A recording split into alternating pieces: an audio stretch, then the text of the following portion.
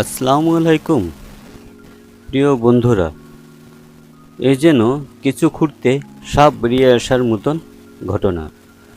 যখন ভারতীয় দাদাগিরি, অন্যায় আচরণ ও নিম্নমানের পণ্যের অভিযোগে ভারতের প্রতিবেশী দেশগুলোতে ভারতীয় পণ্য বয়কট আন্দোলন তুঙ্গে, তখন ইউরোপীয় ইউনিয়নের খাদ্য নিরাপত্তা কর্তৃপক্ষ ইএফএসএ এর 2020 সালের সেপ্টেম্বর থেকে 2024 সালের এপ্রিল মাস পর্যন্ত দীর্ঘ তদন্তে বেরিয়ে এসেছে ভয়ঙ্কর এক তথ্য, যেখানে দেখা যাচ্ছে ভারতের সাথে সংশ্লিষ্ট 527টি খাদ্যপণ্যে ইথিলিন অক্সাইড খুঁজে পাওয়া গিয়েছে। প্রতিবেদনে বলা হয়, খাদ্যদ্রব্যে ব্যবহার করা এই রাসায়নিক এক ধরনের রঙহীন গ্যাস যা ইথিলিন অক্সাইড নামে পরিচিত। আর ইথিলিন অক্সাইড সাধারণত কীটনাশক হিসেবে ব্যবহার করা হয়। এর উদ্ভাবন হয়েছিল মূলত চিকিৎসা সরঞ্জাম জীবাণুমুক্ত করার উদ্দেশ্যে। ইউরোপে রপ্তানি করা ভারতীয় এসব পণ্যের 87টি চালান ইতিমধ্যে ইউরোপীয় ইউনিয়নের সীমান্তে আটকে দেওয়া হয়েছে। এছাড়াও অনেক পণ্য বাজার থেকে সরিয়ে নেওয়া হয়েছে। এজন্য ইউরোপের অঘোষিতভাবে ভারতীয় পণ্য বয়কটের বাস্তবায়ন। International agency for research on cancer IARC ethylene অক্সাইডকে ক্যান্সার সৃষ্টিকারী উপাদান হিসেবে শ্রেণীবদ্ধ করেছে। এসব কারণে খাদ্যপণ্যে ইথিলিন অক্সাইডের উপস্থিতিকে বিশেষভাবে উদ্বেগজনক হিসেবে দেখছেন বিশেষজ্ঞরা। তাদের ভাষ্যমতে কাশি সিরাপে ইথিলিন গ্লাইকোলের কারণে আফ্রিকায় শিশু মৃত্যুর মতো ঘটনাও ঘটতে দেখা গেছে।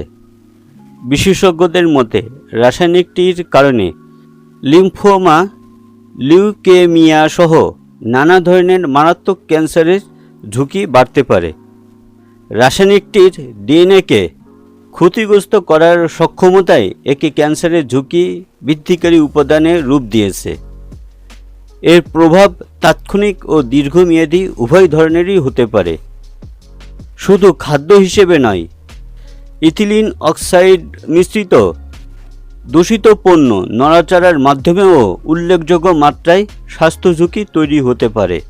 এ বিষয়ে ভারতের জেলা ভোক্তা ফোরামের এক সদস্য বলেন, রপ্তানি পণ্যে এ ধরনের রাসায়নিকের উপস্থিতি অত্যন্ত উদ্বেগজনক। যেসব খাদ্যপণ্য উন্নত বিশ্বে রপ্তানি করা হয় সেগুলো সবচেয়ে উৎকৃষ্ট মানের, আর এইসব পণ্যের মান যদি হয় এমন, স্থানীয় বাজারে যা বিক্রি হয় তার কি অবস্থা।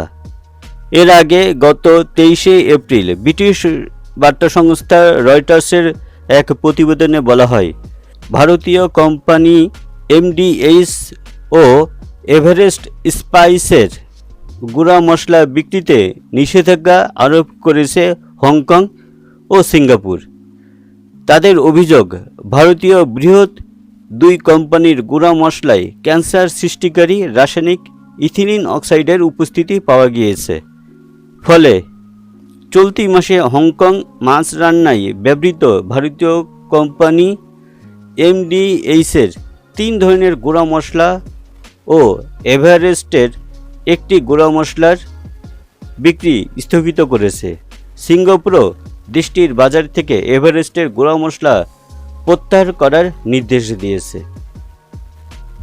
প্রিয় বন্ধুরা, তাহলে আপনি যে পণ্য, যে মশলা, যে খাদ্যদ্রব্য ব্যবহার করছেন একটু দেখে নিন সেটা ভারতীয় কিনা, সেটা আপনার স্বাস্থ্যের জন্য ক্ষতিকর কিনা। তা না হলে আপনি যে কষ্টের টাকায় খাদ্যদ্রব্য কিনছেন সেই খাদ্যদ্রব্যই হতে পারে আপনার এবং আপনার পরিবারের জীবন ধ্বংসকারী।